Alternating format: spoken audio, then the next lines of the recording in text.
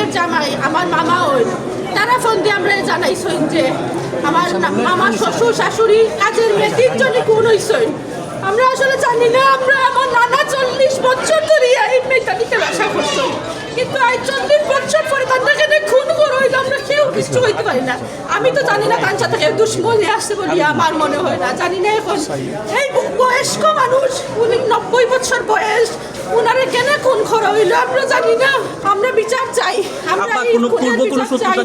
আমি মনে করি না উনার কোনো শত্রুতা আছে বলে।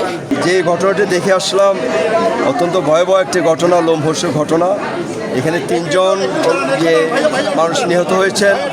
আব্দুল সত্তার, এই বাড়ির মালিক আব্দুল সত্তার, তার ওয়াইফ সুরাইয়া বেগম এবং কাজের মেয়ে তাহমিনা, এই 3 জনকে আমরা মৃত অবস্থায় পেলাম। এখন এইটা আমাদের সিআইডি টিম, পিবিআই টিম, আমাদের স্পেশাল টিম যারা আসছে তারা সবাই চলে আসছে। আমরা এটা পরিদর্শন করছি এবং সেই আমরা আপাতত ক্রাইম সিন প্রোটেকশনের কাজ করছি। আমি একটা স্পেশাল টিম করে দিয়েছি। আমরা এর মধ্যেই তাৎক্ষণিকভাবে কথা বলেছি এবং এইটা হলো যে কোনো হলো যে পারিবারিক মানে এখানে আমরা এটাও পেয়েছি যে তার হলো যে ওয়ার্ড্রোব অথবা হলো যে আলমারি যেগুলি আছে এগুলি খোলা আছে। মনে হচ্ছে এখান থেকে কিছু স্বর্ণ অথবা অন্যান্য যদি কোনো দামি জিনিস থেকে এগুলি সরানো হয়েছে। তাহলে এখন ক্রাইমটা কোন নেচারের আমরা এটা এখন খতিয়ে দেখছি। এটা কি কোনো ডাকাইতি অথবা কোনো আগের কোনো এনমেটি আছে কিনা, কারণ এখানে দলিল একটা দেখা গেছে।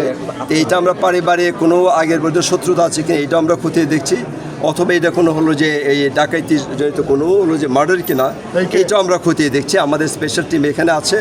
আমি আপনাদের কাছে সহযোগিতা চাচ্ছি এবং হলো যে আপনাদের কোনো ইনফরমেশন থাকলে আমাদের আমরা কাজ করছি।